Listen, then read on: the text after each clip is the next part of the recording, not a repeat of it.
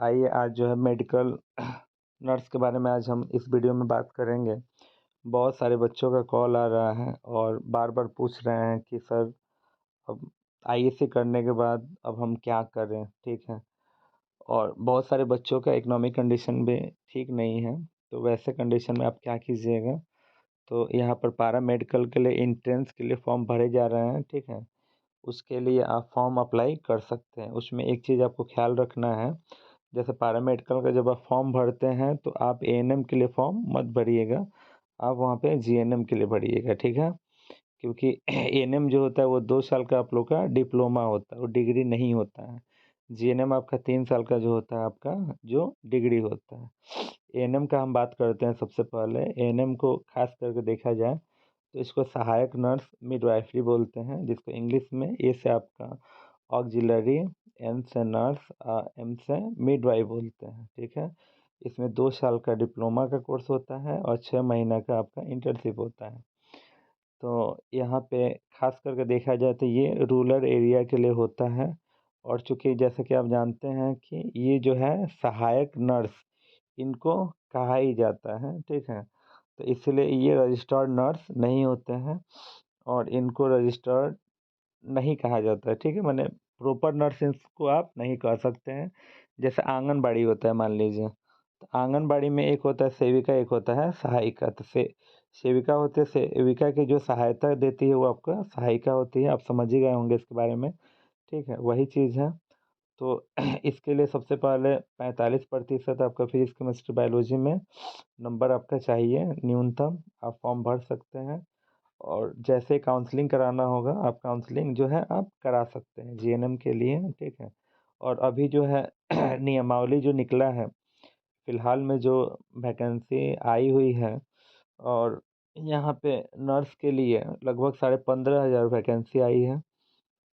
तो इसमें जो है आपको एक-एक करके सब चीज़ हम दिखाने वाले हैं और बताने वाले हैं, ठीक है? कि वैकेंसी में जो है कैसे जो है आपका नियमावली जो है क्या कह रहा है। तो आप देख सकते हैं नियमावली आपके सामने है कि बिहार में एएनएम जो है कि नौकरी नियमावली 2025 में कुछ महत्वपूर्ण बदलाव हुए हैं। संशोधित नियमावली के अनुसार नियुक्ति के लिए जीएनएम कोर्स में उत्तीर्णता के साथ भारतीय नर्सिंग मैंने देखिए खुद कह रहा है कि संशोधित नियमावली के अनुसार, माने नियमावली में संशोधन हुआ है। नियुक्ति के लिए जो ये नियुक्ति होगा, जो फॉर्म अप्लाई करेंगे, उसके लिए जीएनएम कोर्स में उत्तीर्णता चाहिए। माने जीएनएम होना चाहिए, ना कि एएनएम होना चाहिए। जीएनएम कोर्स में उत्तीर्णता होना चाहिए, उसके साथ भारतीय नर्सिंग परिषद यानी इंडियन नर्सिंग काउंसिल जो होता है, उसके द्वारा निर्धारित प्रमाण पत्र भी आपके पास होना चाहिए। माने एक्सपीरियंस सर्टिफिकेट जो आपको मिलता है, वो भी होना चाहिए। बिहार स्वास्थ्य विभाग स्टाफ नर्स भर्ती के लिए बीटीसी पर जाकर आप आधिकारिक वेबसाइट पर आप देख सकते हैं, जो कि आवेदन प्रक्रिया 25 अप्रैल से शुरू हो चुका है और ये 23 मई तक चलेगा, ठीक है? महत्वपूर्ण बिंदु इसका जानते हैं। शैक्षणिक योग्यता क्या है? तो जीएनएम कोर्स में उत्तीर्ण होना चाहिए। देख सकते हैं ये जीएनएम कोर्स के लिए उत्तीर्णता मांग रहा है। प्रमाण पत्र क्या है? तो भारतीय नर्सिंग परिषद द्वारा जारी प्रमाण पत्र चाहिए। आवेदन प्रक्रिया आप वेबसाइट पर जाकर कर सकते हैं। 25 अप्रैल से लेकर आपका 23 मई तक है। फिर बिहार सरकार में एएनएम का मासिक वेतन जो है वही जो इसके लिए होगा 21,700 से स्टार्ट हो जाएगा। फिर नर्सिंग सेवा नियमावली, बिहार में नर्सिंग सेवा नियमावली को मंजूरी मिल गई है।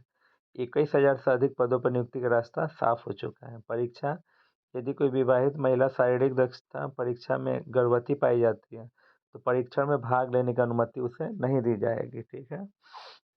अधिक जानकारी के लिए आप बिहार स्वास्थ्य विभाग के वेबसाइट पर जाकर देख सकते हैं। देखिए यही नियमावली का हम बात कर रहे थे, जो कि नियमावली निकला है।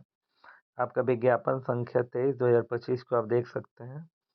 तो इसमें जो है साफ-साफ लिख रहा है कि 25/4/2025 से इतना तक आप आवेदन कर सकते हैं, बिहार सरकार के अधिकारी वेबसाइट पे।